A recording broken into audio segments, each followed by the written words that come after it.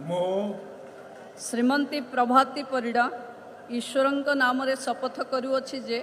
मु विधि द्वारा प्रतिष्ठित भारतर संविधान प्रति श्रद्धा और निष्ठा रखिबी, भारतर सार्वभौमत्व और अखंडता रक्षा करिबी, ओडिशा राज्यर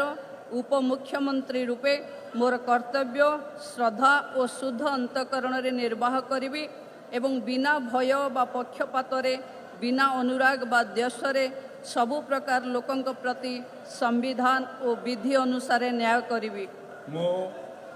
श्रीमती प्रभाती परिडा ईश्वरंक नाम रे शपथ करुअछि जे जेउ विषय राज्यर उपमुख्यमंत्री रूपे मोर विचार को अणाजिबो बा मोते ज्ञात हेबो ताहाकु एपरि उपमुख्यमंत्री रूपे मोर कर्तव्यर समुचित निर्वाह निमित्त जेपरि आवश्यक हेबो तत् भिन्न प्रत्यक्ष बा परोक्ष भावे कौनसी व्यक्ति बा व्यक्ति मानकु जणाइबी नाही बा प्रकट करिबी नाही।